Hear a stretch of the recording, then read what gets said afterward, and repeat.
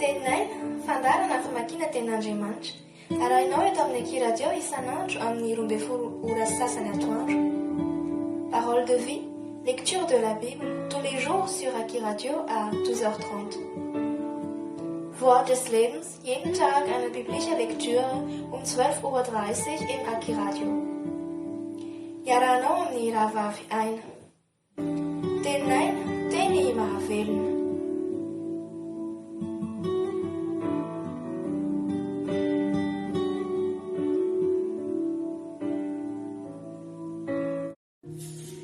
Ny filazantsara nosoratan'ny Lioka, toko 2. Ny nahaterahan'i Jesosy tao Betlehema, amin'ny anaran'i Jesosy. Ary tamin'izany andro izany dia nisy didina voakan'i Augusto Kaisara hampanoratra ny anaran'ny vahoaka rehetra amin'ny fanjakana. Izany no fanoratra voalohany natao fony Kirenio nanapaka tany Siria. Dia samy nankany amin'ny tanànany avy izy rehetra mba ho soratana. Ary Josefa koa niakatra avy tany Galilea dia avy tao an-tanàna Nazareta hankany Jodia ho any an-tanànan'i Davida izay atao hoe Betlehema satria avy tamin'ny taranak'i Davida sy ny mpianakaviny. Mba ho soratana izy sy mary fofombadana izay efa bevoka. Ary nitoetra teo izy dia tonga ny andro havelomany. Ary niteraka ny lahy matoana izy dia nodidiny ny lambanjaza ka nampandriny teo amin'ny finanam-bilona fa tsy nisy nitoerany tao an-tranom-bahiny. Nilazan'ny anjely tamin'ny mpiandrondro fa teraka Jesosy. Ary nisy mpiandrondro tamin'izany tany izany nitoetra tany an-tsaha nitandrina ny ondriny tamin'ny alina. Ary nisy anjelon'ny tompo nitsangana teo anilany ary nivoninahitry ny tompo nanelatrelatra manodidina azy ka raiky tahotra indrindra izy.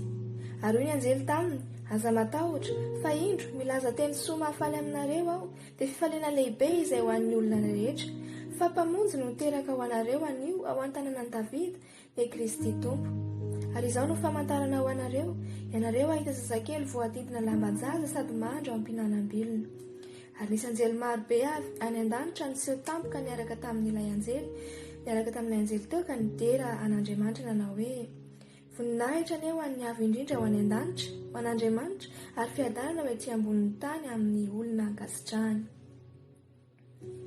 Ary tamin'izany, rehefa niala teo aminy ireo anjely ireo ka nankany an-danitra, dia niresaka ireo lehilahy mpiandrondro ka nanao hoe: andeha isika hankany Betlehema ka izaha izany zavatra vao tonga izany izay nampahafantarin'ny Tompo antsika. Dia nandefa aingana izy ka nahita ny Maria sy Josefa ary ny zazakely nandro teo am-pihinanam-bilona. Ary noho nefa nahita izy dia nampiely izany teny nolazainy taminy ny amin'izany zaza izany. Ary izy rehetra nandray dia gaga tamin'izany zavatra nolazain'ny mpiandrondro tamin'izany. Fa Maria kosa nitady izany teny rehetra izany ka nietrehitra azy tao ambony. Ary ny mpiandrondro niverina nankalaza sy ny tenan'Andriamanitra noho ny zavatra rehetra izay ireny sy hitany araka izay nolazaina taminy. Ny namoranan'i Jesosy sy ny nitondrana azy tao amin'ny tempoly. Rehefa tapitra ny havalona ka ofirana ny zaza dia nataony hoe Jesosy ny anarany araka ilay nataon'ny anjely fony tsy mbola torotoronina tao an-kibo izy. Ary rehefa tapitra ny andro fidiovana araka ny lalan'i Mosesy dia nitoetra dia nitondra azy niakatra tany Jerosalema izy mba hatolotra ho an'ny Tompo araka ny voasoratra ao amin'ny lalan'ny Tompo hoe: ny lahy voalohany teraka rehetra atao hoe masina ho an'i Jehova, ary mba anatitra fanatitra araka izay voalaza ao amin'ny lalan'ny Tompo hoe: tomoina roa na zana-bory milala roa. Ary indro nisy lehilahy atao hoe Simeona tao Jerosalema ary marina sady mpivavaka tsara izany lehilahy izany ka niandry ny fampiononana ny Israely ary ny fanahy masina dia tao aminy. Ary efa nambara ny fanahy masina taminy fa tsy ahita fahafatesana izy mandra-pahita ny Kristy ny Tompo.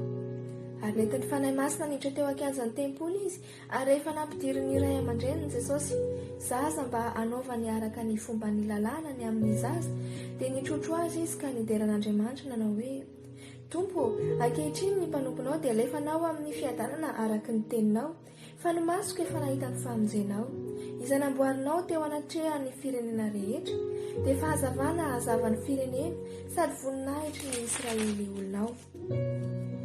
Dia gaga ny ray aman-dreniny noho ny teny nilazany azy. Ary Simeona nitsodrano azy ireo ka nanao tamin'ny Maria reniny zaza hoe: indro, ity zaza ity no voatondro voatendry ho fandavona sy ho fananganana no maro ao amin'ny Israely ary ho famantarana ho lavina. Ary ny fanahinao aza dia ho tsatohana zavatra mba haseho ny hevitry ny fo maro. Ary nisy mpaminany vavy anankiray dia Ana zanaky Fanuela avy tamin'ny firenen'ny Asera.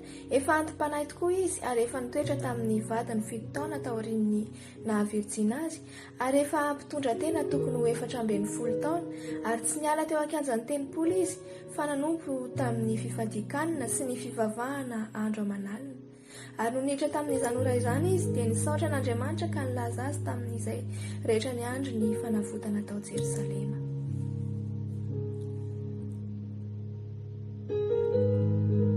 Niverenan'i Josefa sy Maria ary Jesosy nakany Nazareta sy ny nitondranan'i Jesosy niakatra tany Jerosalema rehefa 12 taona izy. Ary rehefa vita ny zavatra rehetra araka ny lalàn'ny Tompo dia niverina tany Galilea izy dia tao Nazareta tanànany. Ary ny zaza dia nitombo ka niahery sady feno fahendrena ary ny fahasoavan'Andriamanitra no tao aminy. Ary ny iray aman-dreny mankao Jerosalema isan-taona mba raha avy ny andro firavoravona amin'ny Paska. Ary rehefa 12 taona Jesosy dia niakatra izy ireo araka ny fanao amin'ny andro firavoravona. Ary rehefa tapitra izany andro izany ka hanody izy, Jesosy zaza dia mbola nitoetra tany Jerosalema ihany, nefa tsy fantatry ny ray aman-dreniny izany. Ary satria nataony faniaraka taminy niara-dia taminy izy dia nandeha lalana indray andro izay vao nitady azy tamin'ny havany sy ny olom-patany. Ary ony tsy nahita azy izy dia niverina ho any Jerosalema nitady azy. Ary rehefa afaka telona dia hitany teo ankianjan'ny tempoly izy nipetraka teo afovoan'ny mpampianatra ka niaino sady nanontany azy. Ary talanjona izy rehetra nandre azy noho ny fahalalany sy ny famaliany. Ary raha nahita azy izy dia talanjona ka hoy ny reniny taminy, anaka, nahoana nanao toy izany taminay ianao? Izaho alahelo indrainao sy izaho nitady anao. Fa hoy izy taminy, nahoana no nitady ahy ianareo? Tsy fantatrareo va fa tsy maintsy ho ety an-tranony raiko aho? Nefa tsy azon'ireo ny teny izay nolazainy taminy. Ary niara-nidina taminy nakany Nazareta izy ka nanoa azy. L'Évangile selon Luc, chapitre 2, naissance de Jésus-Christ, au nom de Jésus. En ce temps-là, parut un édit de César Auguste ordonnant un recensement de toute la terre. Ce premier recensement eut lieu pendant que Quirinius était gouverneur de Syrie. Tous allaient se faire inscrire, chacun dans sa ville. Joseph aussi monta de la Galilée, de la ville de Nazareth, pour se rendre en Judée, dans la ville de David, appelée Bethléem, parce qu'il était de la maison et de la famille de David, afin de se faire inscrire avec Marie, sa fiancée, qui était enceinte. Pendant qu'ils étaient là, le temps où Marie devait accoucher arriva, et elle enfanta son fils premier-né. Elle l'émaillota et le coucha dans une crèche, parce qu'il n'y avait pas de place pour eux dans l'hôtellerie. Les bergers de Bethléem. Il y avait dans cette même contrée des bergers qui passaient dans le champ les veilles de la nuit pour garder leurs troupeaux. Et voici, un ange du Seigneur leur apparut, et la gloire du Seigneur resplendit autour d'eux. Ils furent saisis d'une grande frayeur. Mais l'ange leur dit, « Ne craignez point, car je vous annonce une bonne nouvelle qui sera pour vous, pour tout le peuple, le sujet d'une grande joie. C'est aujourd'hui, dans la ville de David, il vous est né un sauveur qui est le Christ, le Seigneur. Et voici à quel signe vous le reconnaîtrez.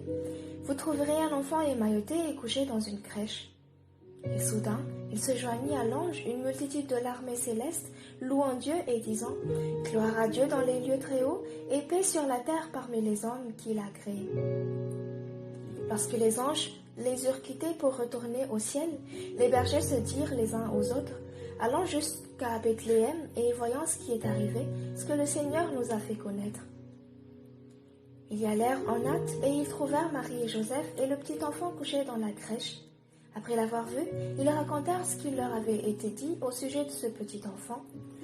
Tous ceux qui les entendirent furent dans l'étonnement de ce que leur disaient les bergers. Marie gardait toutes ces choses et les repassait dans son cœur. Et les bergers s'en retournèrent, glorifiant et louant Dieu pour tout ce qu'ils avaient entendu et vu et qui était conforme à ce qui leur avait été annoncé. Jésus présenté au Seigneur dans le temple de Jérusalem. Le 8e jour, auquel l'enfant devait être circoncis, était arrivé. On lui donna le nom de Jésus, nom qu'avait indiqué l'ange avant qu'il fût conçu dans le sein de sa mère. Et quand les jours de leur purification furent accomplis, selon la loi de Moïse, Joseph et Marie le portèrent à Jérusalem pour le présenter au Seigneur, suivant ce qui est écrit dans la loi du Seigneur. Tout mâle premier-né sera consacré au Seigneur, et pour offrir en sacrifice 2 tourterelles ou 2 jeunes pigeons, comme cela est prescrit dans la loi du Seigneur. Cantique de Siméon, Anne la prophétesse. Et voici, il y avait à Jérusalem un homme appelé Siméon. Cet homme était juste et pieux. Il attendait la consolation d'Israël et l'Esprit Saint était sur lui. Il avait été divinement averti par le Saint-Esprit qu'il ne mourrait point avant d'avoir vu le Christ du Seigneur. Il vint au temple poussé par l'Esprit.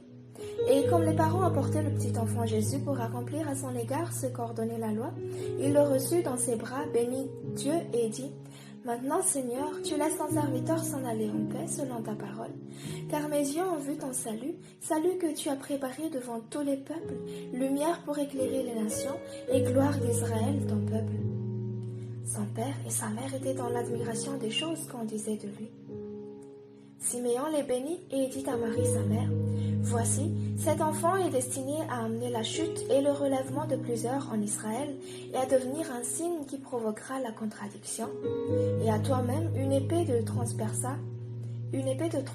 l'âme, afin que les pensées de beaucoup de cœurs soient dévoilées. » Il y avait aussi une prophétesse, Anne, fils de Phanuel, de la tribu d'Azer. Elle était fort avancée en âge et elle avait vécu 7 ans avec son mari depuis sa virginité. Restée veuve et âgée de 84 ans, elle ne quittait pas le temple et elle servait Dieu nuit et jour dans le jeûne et dans la prière. Étant survenue, elle aussi, à cette même heure, elle louait Dieu et elle parlait de Jésus à tous ceux qui attendaient la délivrance de Jérusalem. Retour à Nazareth. Lorsqu'ils eurent accompli tout ce qu'ordonnait la loi du Seigneur, Joseph et Marie retournèrent en Galilée, à Nazareth, leur ville. Or, l'enfant croissait et se fortifiait, il était rempli de sagesse et la grâce de Dieu était sur lui. Jésus dans le temple à l'âge de 12 ans. Les parents de Jésus allaient chaque année à Jérusalem à la fête de Pâques. Lorsqu'il fut âgé de 12 ans, ils y montèrent selon la coutume de la fête. Puis, quand les jours furent écoulés et qu'ils s'en retournèrent, l'enfant Jésus resta à Jérusalem. Son père et sa mère ne s'en aperçurent pas. Croyant qu'il était avec leurs compagnons de voyage, ils firent une journée de chemin et le cherchèrent parmi leurs parents et leurs connaissances. Mais ne l'ayant pas trouvé, ils retournèrent à Jérusalem pour le chercher. Au bout de 3 jours, ils le trouvèrent dans le temple, assis au milieu des docteurs, les écoutant et les interrogeant. Tous ceux qui l'entendaient étaient frappés de son intelligence et de ses réponses. Quand ses parents le virent, ils furent saisis d'étonnement et sa mère lui dit « Mon enfant, pourquoi as-tu agi de la sorte avec nous? Voici ton père et moi, nous te recherchions avec angoisse. » Il leur dit « Pourquoi me cherchiez-vous? Ne savez-vous pas qu'il faut que je m'occupe des affaires de mon père ?» Mais ils ne comprirent pas ce qu'il leur disait. Puis il descendit avec eux pour aller à Nazareth et il leur était soumis. Sa mère gardait toutes ces choses. Das Evangelium nach Lukas, Kapitel 2. Im Namen Jesus. Es begab sich aber zu der Zeit, dass ein Gebot von dem Kaiser Augustus ausging, das alle Welt geschätzt würde. Und diese Schätzung war die allererste und geschah zu der Zeit, da Cyrenius Landpfleger von Syrien war. Und jedermann ging, dass er sich schätzen ließe, ein Glieder ihm an seine Stadt.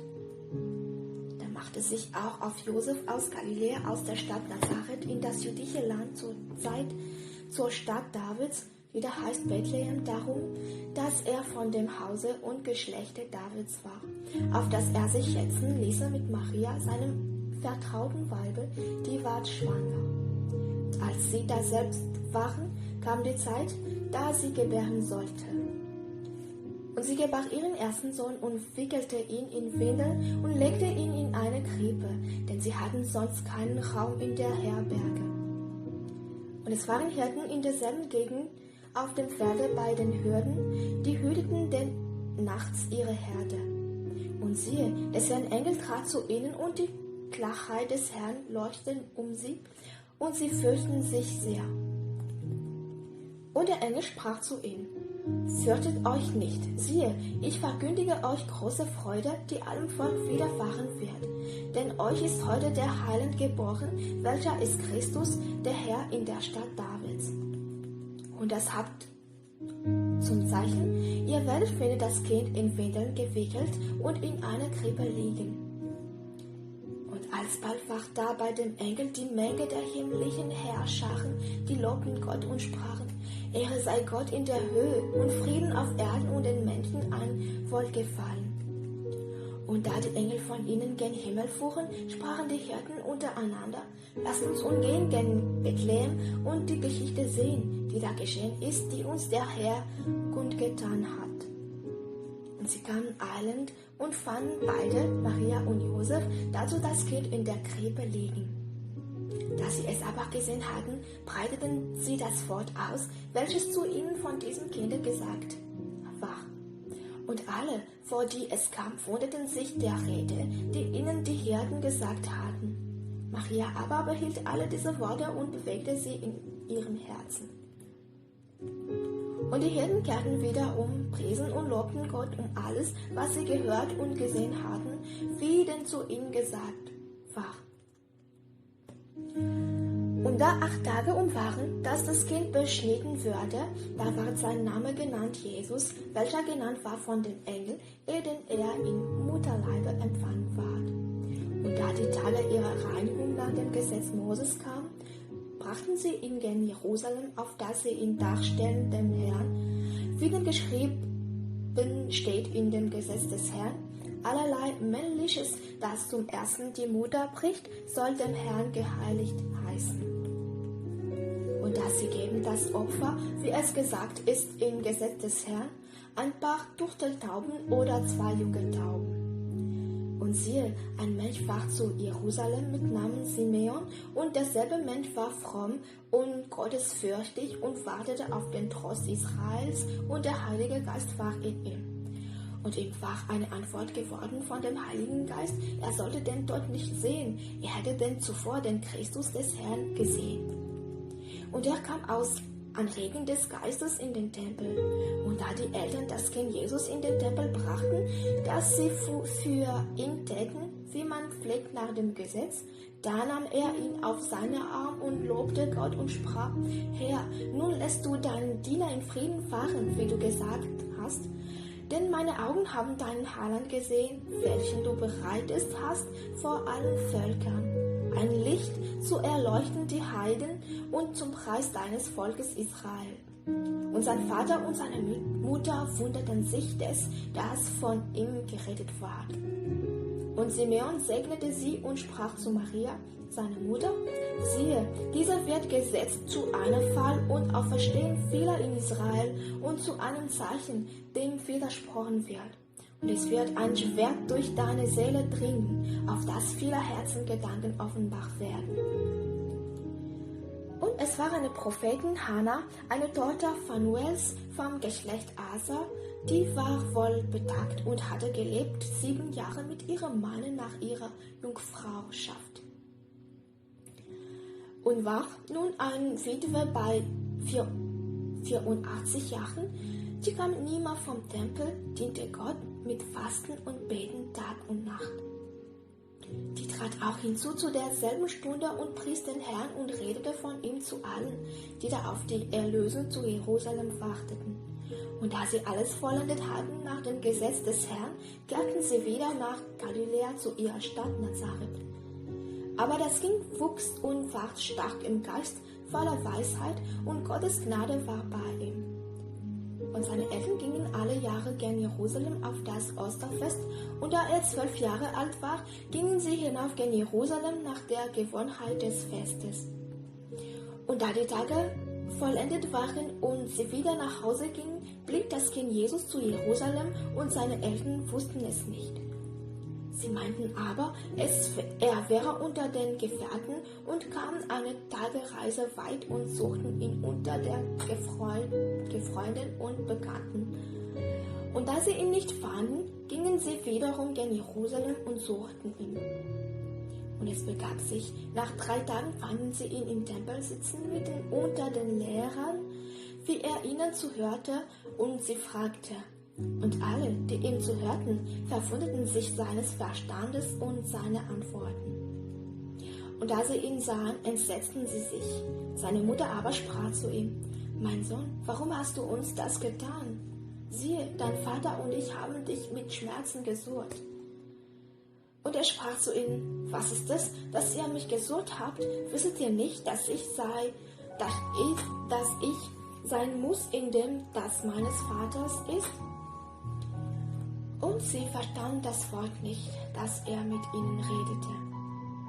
Und er ging mit ihnen hinab und kam gen Nazareth und war ihnen untertan. Und seine Mutter behielt alle diese Wörter in ihrem Herzen.